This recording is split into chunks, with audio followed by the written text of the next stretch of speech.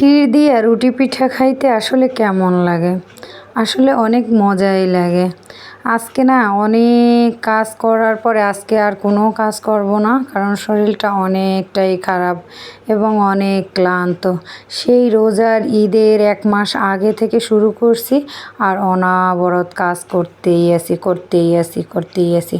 তো ভাবছি আজকে কোথাও যাব না, কোনো প্রোগ্রামেও যাব না, কোনো কাজ করব না। একেবারে শুয়ে বইসা থাকবো। তারপরও ছোট ছেলেটাই বলতেছে কি, আম্মু একটু ক্ষীর রান্না করো। তো রেডি যে প্যাকেট এইগুলো আছে না ক্ষীরের, ওইগুলা দিয়ে তারপরে ক্ষীর রান্না করব আর ওদেরকে রুটি পিঠা বানাই দেব। রান্নাঘরের লাইটটা একেবারেই আধো আধো অন্ধকার। তো চারোদিকে এমনি একটু মানে আলো কম, এই জন্য এইভাবে মানে দেখাইতেছে। তো আমি প্রথমেই ১ লিটার মানে দুধ ছোট ছেলেটার হাতে আনাইলাম যে যাও তাহলে ১ প্যাকেট দুধ নিয়ে আসো। কারণ অনেক দিন ধরেই বাসায় কোনো লিকুইড বা প্যাকেট কোনো দুধই নাই, এজন্য। তো ও আবার দৌড়ে যেয়ে নিয়ে আসছে। আমি রান্না বসাই দিছি আর এদিকে আটার কাই খুলে রাখছি যে রুটি পিঠা বানাই দেবো। সন্ধ্যার নাস্তা একেবারে এই দিয়েই শেষ করব। তো মাঝে মধ্যে না নাস্তাটাও বানাইতে ইচ্ছা করে না। আজকে কেন যেন মনে হইতেছে যে ছোট ছেলেটা যেহেতু বলছে তাহলে ওরে রান্না করে দিই, বানাই দিই। ও আবার ক্ষীর দিয়ে রুটি পিঠা অনেক পছন্দ করে। এর আগে কখনোই এইভাবে খাওয়া হয় নাই। মাঝে একদিন মানে ওদেরকে এইভাবে বানাইয়ে খাওয়াইছি, এজন্য বলতেছে আম্মু এইটাই অনেক ভালো লাগে। এই যে ক্ষীর মিক্স এইভাবে বানাইলে ওদের কাছে নাকি ভালো লাগে। আগে তো সুজি দিয়ে তারপরে রুটি পিঠা বানাইয়ে খাওয়াইছি। যাই হোক, একেবারেই ক্লান্ত, কথা বলতেও কষ্ট হইতেছে, এরকম একটা অবস্থা। আর ঈদের মাত্র মানে কোরবানির মাত্র আর কয়েকদিন বাকি। তো এখন অনেকটা কাজের চাপ কম। কারণ কি অনেকটা আগেই বেশি কইরা তারপরে শেষ করছি। এখন আর কোনো কাজ নিতেছি না, এই জন্য মানে একটু রিল্যাক্স। যাই হোক, এত পেরেশানি গেছে মানে কি আর বলবো।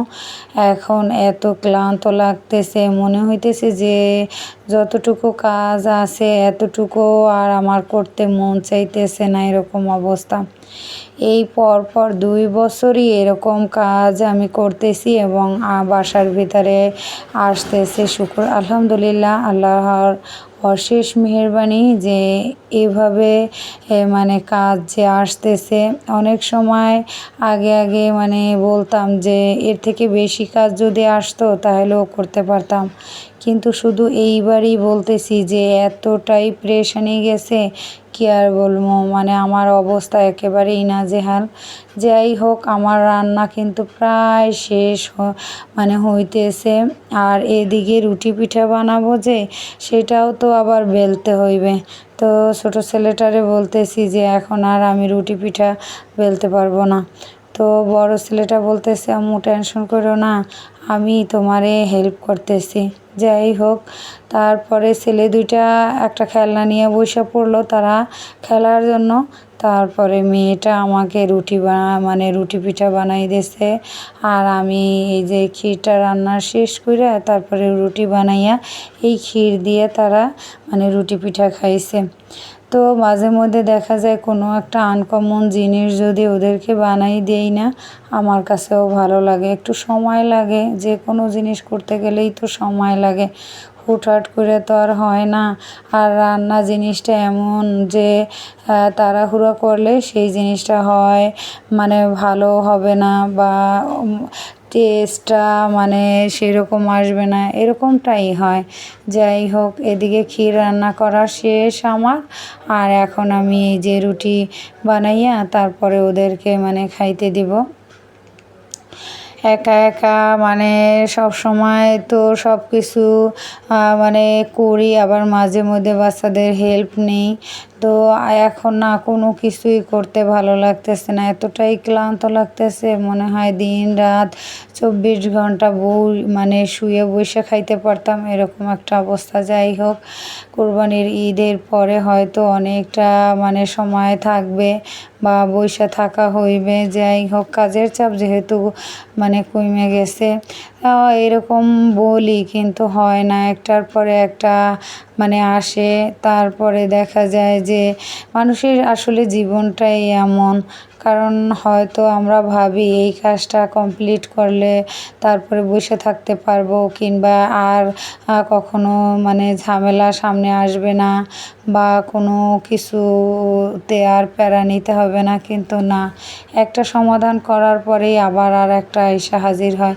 এটাই মানুষের জীবন, আর এইভাবেই মানুষ মানে চলতে হয়। যাই হোক, আমি যে আজকে কথা বলতেছি, এই কথাগুলো বলতেও যেন আমার অনেক কষ্ট হইতেছে।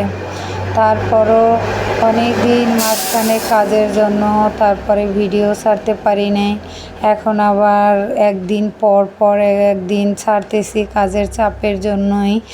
আবার দেখা যায় কোরবানির ঈদ চলে গেলে তারপর হয়তো একটু পেরেশানি কমবে, আর বাচ্চাদেরও স্কুল খুলে দেবে, তারপরে আবার বাচ্চাদের পরীক্ষা শুরু হইবে, মানে একটার পর একটা আছেই।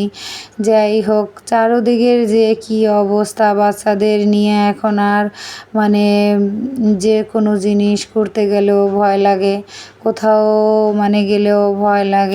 চারোদিকের মানে যে কী নাজেহাল অবস্থা, কী আর বলবো। আর সব কিছুর মেইনই হইছে মানুষ একটা কিছু কইরা তারপরে যে সেইটা থেকে পার পায়, সেইটার বিচার হয় না, এই জন্য মানুষ আরও বেশি কইরা অপরাধে মানে জড়াইয়া পড়তেছে, অপরাধ করতেছে। কারণ বিচার যদি হইতো তাহলে হয়তো এইভাবে মানুষ মানে করতে সাহস পাইতো না, একটু হইলেও ভয় পাইতো। আর সবচেয়ে মেইন কথা কি জানেন, আল্লাহর ভয় যদি অন্তরে না থাকে, তবে যত কিছুই হোক না কেন তারা এই কাজগুলা করতে তো মানে কোনো দ্বিধা বোধ করেই না, বরঞ্চ তারা তো শাস্তিরেও ডরায় না, মানে এই আর কি। তো কী আর বলবো। আর আমার মতো এরকম হাজারো মায়ের এই একই কথা। যাই হোক, এখন রুটি বানানো প্রায় শেষ পর্যায়ে, আর এদিকে আমি ভাজতেছি, আর এদিকে মেয়ে আমাকে বানাইয়া তারপরে হেল্প করতেছে, কারণ জানে যে আমি অনেক ক্লান্ত।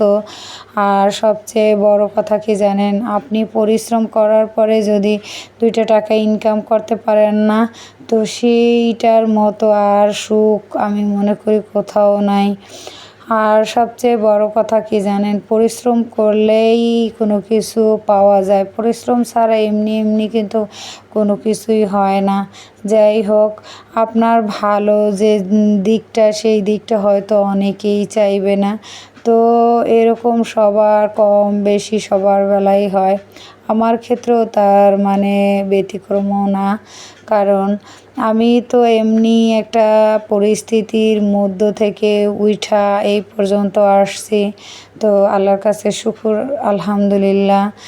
আর এদিকে আমি রুটি বানাইতেছি, বেলতেছি, আর এদিকে আবার এক আপা আসছে চটপটি নিয়ে, এদিকে বাচ্চারা খাওয়া শুরু করে দিয়েছে, চটপটি ভাগ যোগ করে দেখেন, সে একেবারে সালাডটা পর্যন্ত কুচাইয়ে তারপরে নিয়ে আসছে বাচ্চাদের জন্য। আল্লাহ হাফেজ, আসসালামু আলাইকুম।